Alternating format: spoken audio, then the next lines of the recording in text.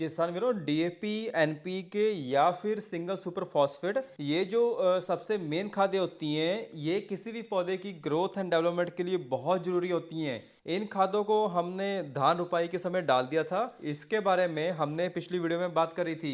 आज हम बात करेंगे कि धान की फसल में इन खादों के बाद हमें पहली यूरिया कब डालनी है, उसमें क्या क्या मिला के डालना है और कौन से ऐसे जरूरी माइक्रोन्यूट्रिएंट होते हैं जो हमें पहली यूरिया में देने होते हैं, और उसके फिर कितने दिन बाद हमें दूसरी यूरिया डालनी है, उसमें भी क्या क्या मिलाकर डालें जिससे हमारी फसल की जो रुकी हुई ग्रोथ होगी वो बहुत ही बढ़िया तरीके से चलने लग जाए। इसके अलावा एक आखिरी यूरिया किस कंडीशन पे डालनी चाहिए जिससे हमारी फसल के जो पकने के आखिरी 60 दिन बचते हैं तो वो आखिरी यूरिया से उसकी पूर्ति होती रहे। तो इस तरीके से हमें यूरिया को अपनी फसल के हिसाब से देते रहना है।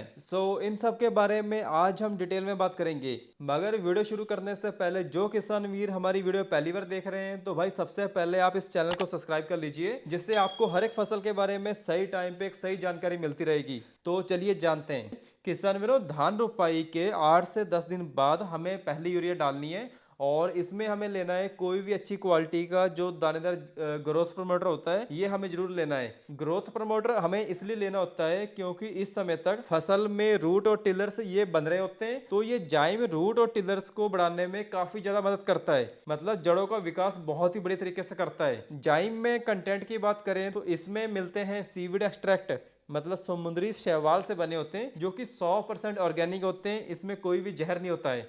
यूरिया प्लस जाइम के साथ एक हमें लेना है कीटनाशक। कीटनाशक इसलिए लेना होता है क्योंकि धान की रुपाई के 4 से 5 दिन बाद जमीन में बिल्कुल बारीक लाल कीट ये अपने आप ही खेत में पैदा हो जाता है। इस कीट की जो बढ़वार होती है वो बहुत तेजी से होती है। ये कीट पौधों की जड़ों के आसपास ही रहता है, मतलब कि जड़ों का रस चूसते रहता है, नई जड़ों को खाते रहता है और पौधों की ग्रोथ फिर वहीं पे रुकी रहती है।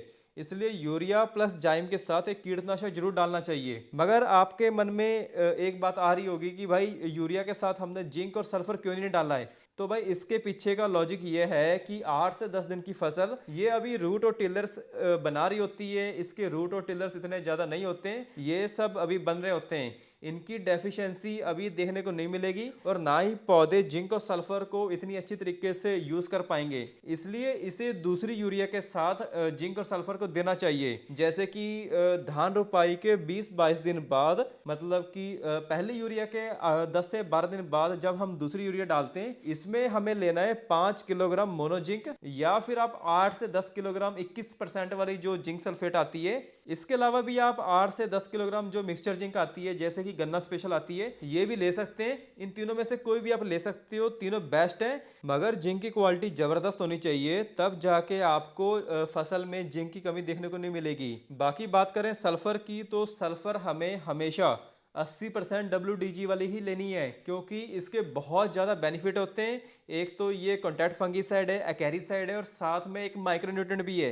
मगर जो 90% वाली सल्फर होती है वो भी डाल सकते हो, वो फर्टिलाइजर में आती है।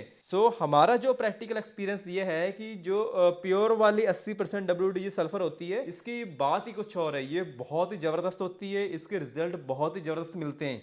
और इसके अलावा अगर खेत में पत्ती लपेटक या फिर तनाछेदक कीटों के लक्षण दिखाई देते हैं तो भाई फिर आपको क्या करना है कि एक बढ़िया सा दानेदार कीटनाशक ले सकते हो। इसके लिए आप फटेरा या विटाको भी ले सकते हो, दोनों बेस्ट हैं। क्योंकि कई बार क्या होता है कि जब फसल की ग्रोथ अच्छी होती है तो फसल में कीट के लगने के चांस बहुत ज़्यादा बढ़ जाते हैं। फिर स्प्रे के द्वारा कीटों को कंट्रोल करना थोड़ा मुश्किल होता है। इसलिए हमें अपनी फसल के हिसाब से चेक करना है कि भाई कहीं कीटों का अटैक तो नहीं हो रहा है। अगर लगता है कि भाई कीट के लक्षण दिखाई देते हैं तो फिर आप यूरिया जिंक सल्फर के साथ एक दानेदार कीटनाशक भी ले सकते हो।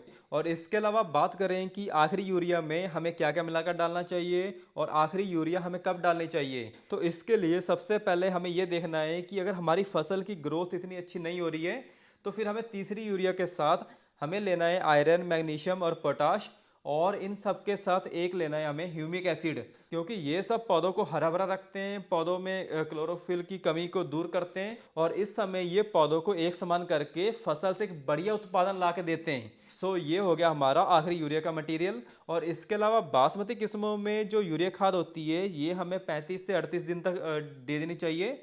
और जो लंबे समय वाली धान की वैरायटी होती हैं इसमें हम 45-50 दिन तक भी दे सकते हैं। मतलब आप इस तरीके से यूरिया दे सकते हो कि जब धान पकने के आखिरी 60 दिन बचते हैं उससे पहले तक आप यूरिया डाल सकते हो किसी भी धान की वैरायटी में। बाकी आप कमेंट करके बताओ कि भाई इस बार आपने कौन कौन सी धान की वैरायटी लगा दी है या फिर लगाने वाले हो। धन्यवाद।